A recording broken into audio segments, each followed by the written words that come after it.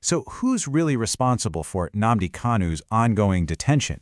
It's a question with a lot of different answers flying around. Today, we're going to break down one particular source, a really powerful one, that makes a very clear argument.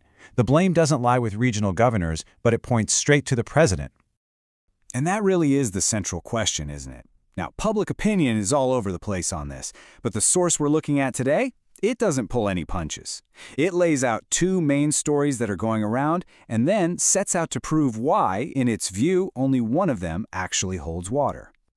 Okay, so here are the two conflicting stories the source lays out for us. On one hand, you have what it calls the governor narrative. The idea here is that leaders in the southeast are the ones holding up Kanu's release.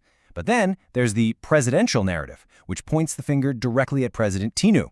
The text we're digging into really goes all in on that second story, and it does it by trying to just completely take apart the first one. So, you might be asking, how exactly does the source build this case? Well, it starts by zooming in on the governors, and the whole argument is that they just don't have any real power here. The source basically paints a picture of them not as major players, but, well, as something much less influential. And look, the language the source uses is incredibly blunt. This quote right here, it's the core of its assessment of the Southeast governor's influence. The argument being made is that they just don't have the political muscle to be the deciding voice on a huge federal issue like this. And to back up this pretty bold claim, the source points to a few specific examples of, well, action, or maybe inaction. It brings up how the governors said no to creating a regional security force like Amatekun in the Southwest. It also points out their reliance on federal forces, and they're going along with military operations like Operation Python Dance. For the author of this text, all of this is evidence that the governors just don't have the kind of independence needed to be the ones calling the shots on Kanu's fate. Okay, so this brings us to a really logical turning point in the argument, right? If the governors are, as this source claims, too weak to be responsible, then who is? Where does that power actually live? And that's when the text turns our attention straight to the top, to the seat of federal power. Which, of course, brings us to the absolute core of the source's argument. After trying to take the governors out of the equation, the author really zooms in on the presidency. The claim is that this is where the real authority is, and has always been. And here it is. The source puts its main claim out there, and there's just no room for misunderstanding. It says flat out that President Tinubu and President Tinubu alone is the person responsible for Nnamdi Kanu's ongoing detention. So what's this whole argument based on? Well, it all comes down to the idea of executive power. The logic here is that the president, as commander-in-chief, has the final say, the ultimate constitutional authority over everything related to national security. According to the text, this is a power that hasn't been, and really can't be, handed off to regional governors. So this kind of helps you see the chain of command that the source claims is making this all happen. It puts President Tinubu right at the very top. Then it lists the judiciary and the heads of the DSS, that's the Department of State Services, the Army, and the police.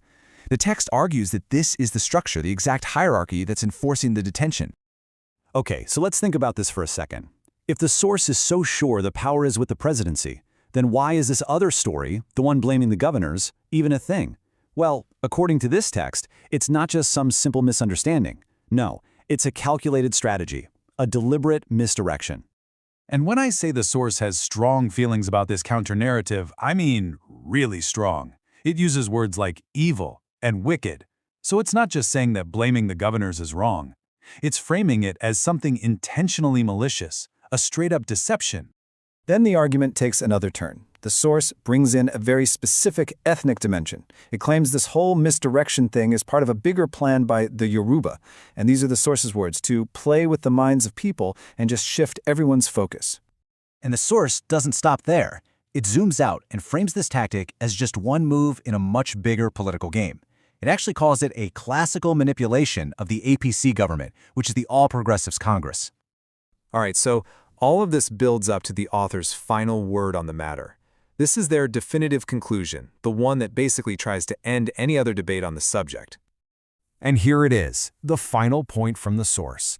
It basically says that this analysis, the one we've just walked through, is the one and only truth. Anything else you hear, according to this text, it's not a real viewpoint. It's just a story being spun by government recruits whose whole job is to muddy the waters and confuse everybody. So, there you have it. That is the complete argument laid out in this particular source, and it really leaves us with a big thought-provoking question, doesn't it? When you see narratives clashing this hard, what does that tell you about where the power really is?